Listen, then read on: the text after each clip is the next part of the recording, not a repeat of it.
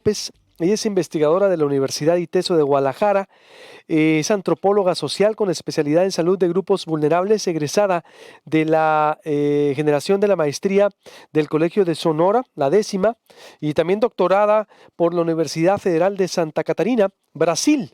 Le doy la bienvenida a la doctora, le recuerdo suscríbase al canal de YouTube, usted nos puede ver desde su oficina, desde su casa, se va a YouTube, le pone Proyecto Puente y listo, ahí estamos una vez que activa las notificaciones. Doctora, buenos días. Hola, ¿qué tal, Luis Alberto? Muy buenos días a ti y al auditorio de Proyecto Puente. Muchas gracias por la invitación. Gracias a usted. A ver, doctora, ¿cómo ves la situación, tú como antropóloga social también, del consumo de alcohol acá en el norte, sus implicaciones y esta prohibición, bueno, esta restricción que está generando una compra de pánico y que un enfrentamiento y que empieza a producir índices de dependencia que advierte la autoridad que puede venir más violencia y asaltos si no hay lo suficiente? Vaya dilema. Bueno, mira, yo no te voy a decir si está bien o mal, pero sí voy a tratar de ofrecer una explicación limitada, como cualquier explicación, ¿no? Sobre lo que se produce con este tipo de restricciones. Mira, como sabemos, la pandemia de COVID-19 colude con otras epidemias preexistentes, ¿no? Una de ellas es el abuso generalizado de sustancias, por supuesto, tanto lícitas como ilícitas, que generan algún tipo o un grado de dependencia y daños a la salud. Pero al mismo tiempo, COVID llega a México en un estado de violencia generalizada, en donde la violencia se ha cronificado, ¿sí? En un país en donde el primer trimestre tuvimos nada más y nada menos que casi 1,000 mujeres asesinadas, y como siempre los crímenes van a quedar impunes, créeme que lo primero que me interesa decir es que no, el alcohol ni ninguna sustancia es causalidad de la violencia en este país ni en cualquier otro. ¿Sí? La dificultad de decir, o digamos las complicaciones de pensar o de generar este tipo de explicación al respecto de las violencias, pues invisibiliza justamente todas las condiciones estructurales, políticas, culturales y sociales que hay detrás de lo que produce la violencia, ¿no? La desigualdad social, por ejemplo, el machismo, etcétera, etcétera, ¿no? Me gustaría comenzar seguir diciendo que el consumo de alcohol durante las pandemias y durante los estados generalizados de crisis no es una novedad. La necesidad de los grupos humanos de alcoholizarse y de celebrar, por así decir, a pesar de la muerte y de la enfermedad, es parte del arsenal de respuestas de la humanidad para enfrentarse a la incertidumbre provocada por estos siniestros eventos sanitarios, ¿no? Como las pandemias. Y permítame, tú y tu auditorio ir un poco allá en la historia. La peste negra, como ustedes saben, pues fue una de las principales pandemias del siglo XII, que alcanzó su punto máximo en Europa más o menos en 1350, y fue en ese tiempo inmortalizada por diferentes plumas, y una de ellas fue la de Giovanni Boccaccio. En ese tiempo, pues imaginémonos, ¿no? La gente de Florencia estaba aterrorizada por la muerte y la crisis que se derivaba de la peste, ¿no? Sus ciudades enteras estaban muriendo por este motivo y gestionaron sus miedos de formas muy distintas. Aquellos que podían permitírselo se fueron de la ciudad y se instalaron en el campo, evitando cualquier tipo de contacto humano. Pero otros pensaron, pues comamos, bebamos y seamos felices, porque mañana podemos morir. Y así que comieron y bebieron e hicieron unas orgías impresionantes de las cuales hay registros históricos. Boccaccio describió lo sucedido así más o menos. Algunos creían que beber, cantar y pasarlo bien, estoy citando, bien satisfaciendo todos los apetitos, era la mejor medicina para cualquier enfermedad.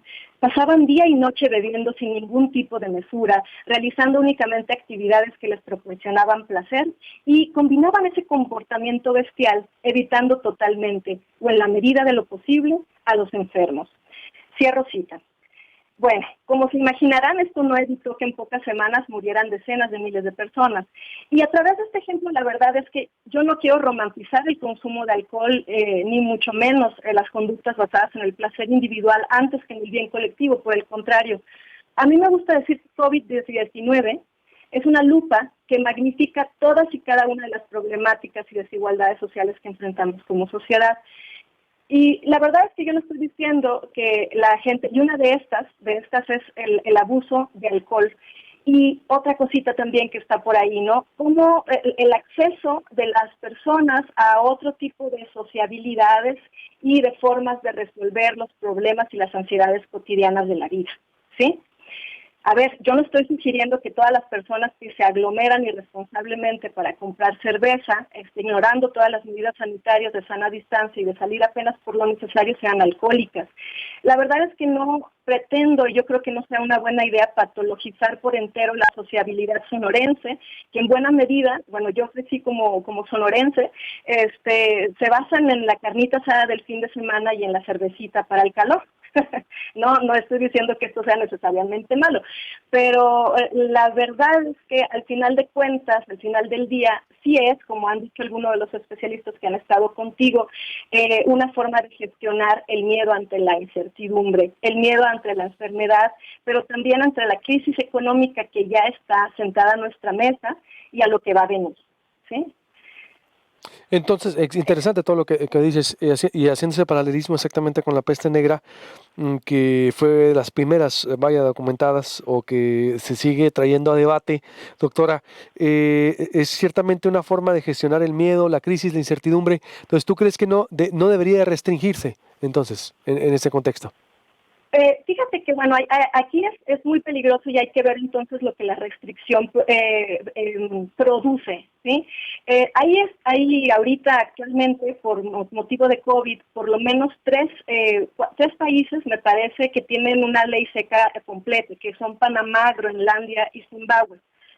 Ellos lo que quieren evitar con esto es que la desobediencia de los toques de queda, las reuniones masivas, inhibir la violencia y el abuso sexual de menores, un poco como el discurso que se tiene aquí a niveles municipales y por estado. Y bueno, hay otros países que han estado regularísimos en la cuestión del alcohol desde hace muchísimos años. Por ejemplo, en el caso de Irán, el alcohol está prohibido desde la Revolución Islámica de 1979, ¿sí? Entonces, su ingesta inclusive está penalizada con 80 latigazos y su venta y preparación con entre 6 meses y 2 años de cárcel. Sin embargo, a partir de COVID-19, que como ustedes saben, pues COVID llegó a estos países un poco antes que a México, más o menos para febrero ya había 700 muertos y 3,000 intoxicados en menos de 2 meses. ¿Sí?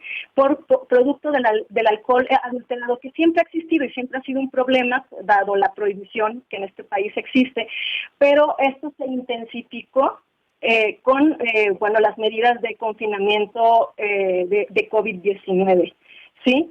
Entonces, a esto súmale, por ejemplo, en el caso de Jalisco, acabamos de tener una experiencia también muy desagradable, justamente por el asunto de la falta de abasto y todo lo demás.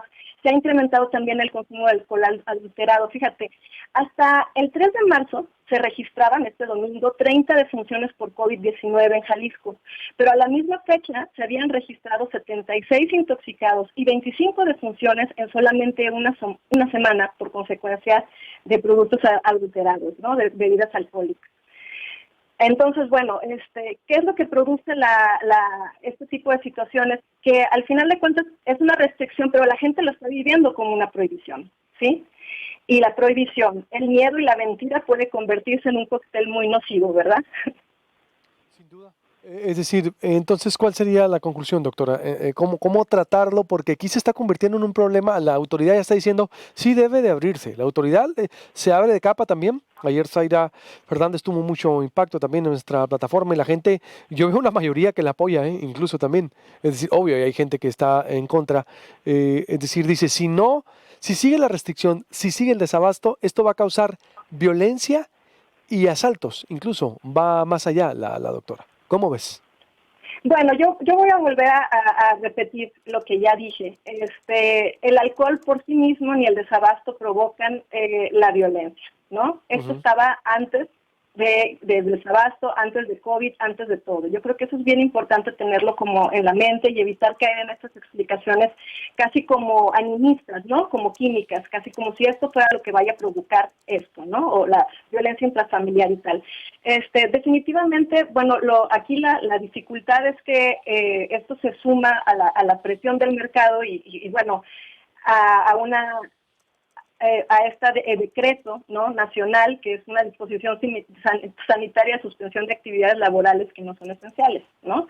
Entonces, bueno, pues aquí tendrá que ser ya, es un tema pues más bien como político y económico, ¿no?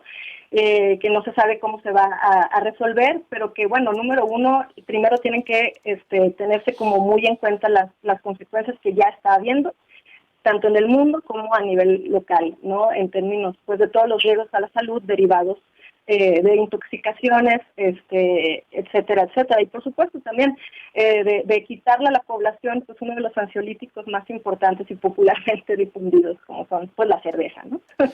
Muy bien, pues doctora, te agradezco mucho. Da para mucho el tema de adicciones, pero te vamos a tener, por supuesto, en nuestro directorio, porque vamos a abordar también en estos días el otro enfoque de las adicciones, pero finalmente el alcohol también es una adicción. Así que yo creo que sí, es un tema amplio. Gracias, doctora, te agradezco mucho y estamos en A contacto. ustedes, hasta luego, buen día. Buenos días. Antes de hacer un corte para volver con... a ver, ¿qué dice el auditorio? Adelante, por favor. Voy con...